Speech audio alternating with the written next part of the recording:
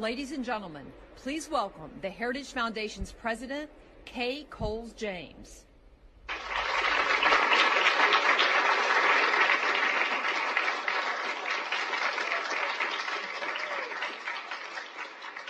Hello. Full house today do we have. Very special guests. And it is absolutely my pleasure to welcome our distinguished guest, Ambassador Nikki Haley, to the Heritage Foundation. When I think of Ambassador Haley, the first word that comes to my mind is courage. She got her start in politics as a young businesswoman who recognized the need for fresh, conservative leadership in South Carolina. Even though she'd never held elective office before, she beat the state's longest-serving legislator and became the first Indian American to serve in the South Carolina State House. She then served as the first female and first minority governor of South Carolina. As we say, you go girl. Where she fought for education reform and job creation, both which were inspirational successes. It should come as no surprise to anyone who knows her that she chose the perfect title for her autobiography, Can't Is Not an Option. She is also the author of one of my favorite all-time quotes. She said, and I quote, she can do this, I cannot, "I wear heels and it's not a fashion statement, it's ammunition." Her grit and her experience make her the ideal ambassador to the UN because of the extraordinary courage that job requires. For example, Ambassador Haley stands for human rights, and truth is a prime example of the courageous action for which this administration is becoming so well known. Now, one might think that something called the Human Rights Council is working to improve human rights. But we're talking about the UN here. Over America's objections, the UN Council includes such human rights abusers as China, Cuba, and Venezuela. Nearly half of all the resolutions it has passed to condemn countries for human rights violations have been focused on, wait for it, Israel.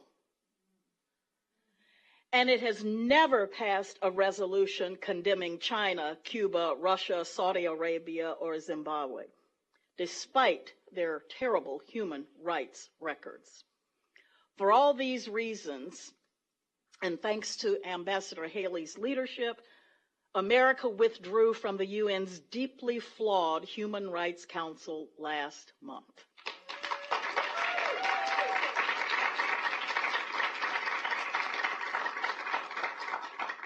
Also, I think it's worthy of note that last month, one of the Council's human rights experts issued a report blasting the U.S. for extreme poverty. Throughout my life, I've experienced almost everything, most of the good and some of the bad that this country has to offer. So I personally was deeply offended that the UN would accuse our government of deliberately keeping our citizens in extreme poverty and pursuing policies deliberately designed to remove basic protections from the poorest. But fortunately, Ambassador Nikki Haley was once again leading the charge. She correctly called the UN report patently ridiculous and revealed what we all knew, that it was politically motivated. Because of her courage, her conviction, and her extraordinary service to our nation, it is my great pleasure to welcome a true champion for the United States of America, my friend, Ambassador Nikki Haley.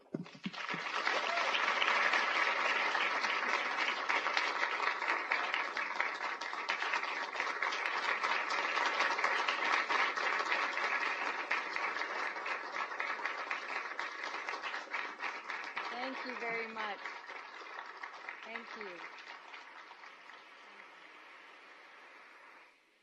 so much, Kay, and thank you to the Heritage Foundation. It's great to be back, and I thank you so much for the work that happens in these halls. I've spent my entire public life using the power of my voice to push for action and trying to help others do the same. I learned early on that I was not good at sitting back and staying quiet. If something needs to be said and done to improve the lives of people, we have to take a stand. And that's what I've spent my life doing. For the past 18 months at the United Nations, I've been inspired to use the power of my voice by one of my predecessors. Jeane Kirkpatrick once said that, quote, "Speech is action, an important action," unquote. She didn't seek out confrontation with her fellow delegates at the UN, but she didn't hesitate to speak her mind and stick to her guns when American values and interests were at stake. Many times that meant that Ambassador Kirkpatrick found herself nearly alone, sometimes completely alone, in the positions that she would take for the United States. After 18 months in this job, I can tell you I feel her pain. The United Nations was founded for a noble purpose, to promote peace and security based on justice, equal rights, and the self-determination of people. But it has many member nations whose leaders completely reject that purpose. When that happens, many well-meaning countries adopt a position of neutrality in the hope of coming to an agreement with these nations. They effectively allow dictators and authoritarian regimes to control the agenda. Resolutions get watered down until they are meaningless, or they become objectively anti-democratic. Moral clarity becomes a casualty of the need to placate tyrants, all in the name of building consensus. In such a situation, it is imperative for the United States to use the power of our voice to defend our values. That's as true today as it was during the Cold War, maybe even more so. We are a special nation with a special message for the world. We are a country founded on human dignity, on the revolutionary idea that all men are created equal with rights including, but not limited to, life, liberty, and the pursuit of happiness. If you take this truth seriously, as Ambassador Kirkpatrick did, as I do, it is non-negotiable. You don't sell out to appease those who deny it, and it's not a political chit to be traded for something of greater value. If you take it seriously, you use your voice. You fight for it, even if that means you fight alone. The United States was instrumental in creating the United Nations Human Rights Commission, precisely because we believe in the inherent dignity of all women and men. It was meant to be, in the words of its first chairman, Eleanor Roosevelt, quote, "a place of conscience." When it has served this function, the Human Rights Council, as it is now known, has provided a voice for the voiceless. It has brought the injustice suffered by political prisoners to international attention. It has put a spotlight on crimes committed by Syria's Assad and the Kim dictatorship in North Korea. But these have been the exceptions, not the rule. More often, the Human Rights Council has provided cover, not condemnation, for the world's most inhumane regimes. It has been a bully pulpit for human rights violators. And the Human Rights Council has been not a place of conscience, but a place of politics. It has focused its attention unfairly and relentlessly on Israel. Meanwhile, it has ignored the misery inflicted by regimes in Venezuela, Cuba, Zimbabwe, and China. Judged by how far it has fallen short of its promise, the Human Rights Council is the United Nations' greatest failure. It has taken the idea of human dignity, the idea that's at the center of our national creed, and the birthright of every human being, and it has reduced it to just another instrument of international politics. And that is a great tragedy. I don't come to this conclusion happily or lightly. The Obama administration decided to join the supposedly reformed Human Rights Council in 2009. Then Secretary of State Hillary Clinton vowed that the United States could improve the council by working from the inside. By the time I became the U.S. ambassador, 8 years later, it was clear that this strategy had failed. There are lots of problems with the Human Rights Council, but two stuck out for me when I came to the UN. The first was the council's membership.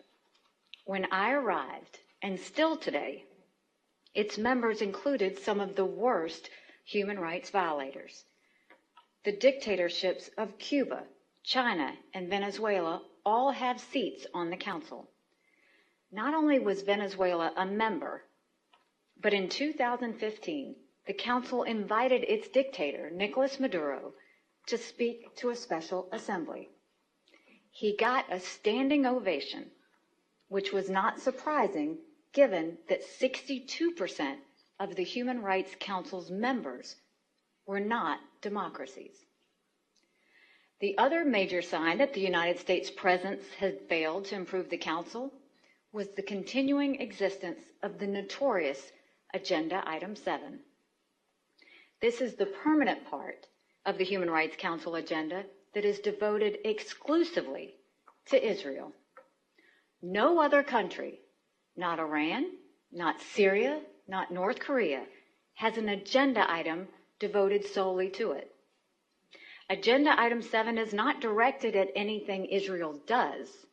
It is directed at the very existence of Israel. It is a blazing red siren signaling the Human Rights Council's political corruption and moral bankruptcy. For these reasons and others, there were voices in Congress and elsewhere encouraging the Trump administration to withdraw from the Human Rights Council immediately when we took office.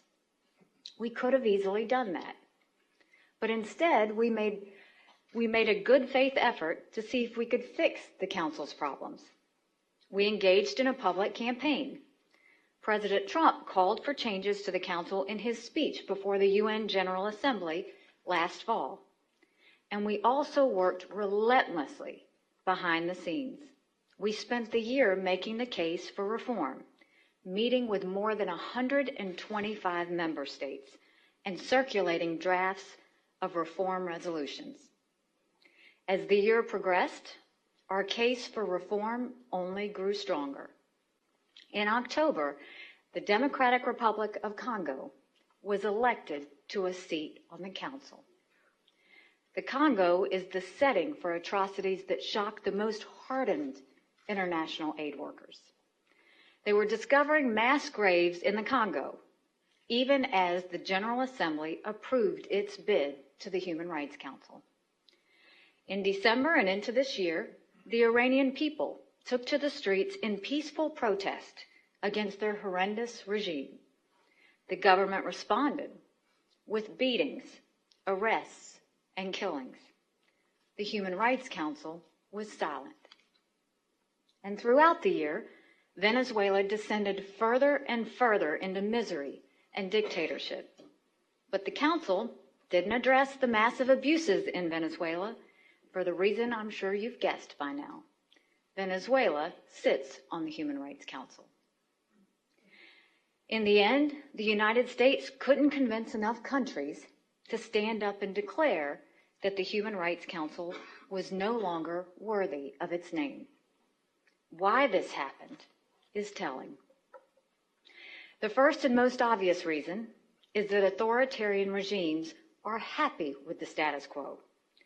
Many seek membership to protect their own and their allies' human rights records from scrutiny. Russia, China, Cuba, and Egypt, they all benefit from making a mockery of the Human Rights Council. So it's no surprise that they openly resisted our efforts to reform it. What was more baffling was the resistance we received from groups and countries that should know better from those who believe in human rights and human dignity. First, there were the non-governmental institutions, or NGOs, the private groups that usually do good work on behalf of human rights. They agreed with the need to keep human rights violators off of the council. So you can imagine our surprise when they came out publicly against our reforms, telling other countries to vote against us.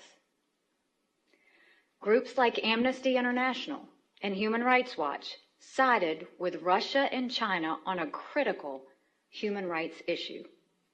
And I'll let you be the judge of their reasoning.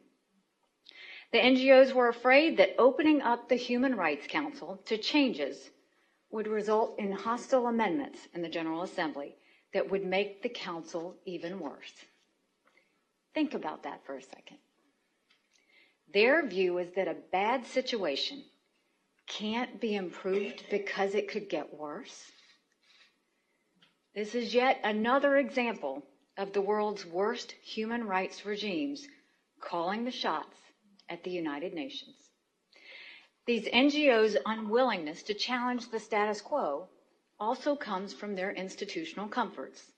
They have big staffs and lots of relationships with the UN bureaucracy. Change is threatening to them.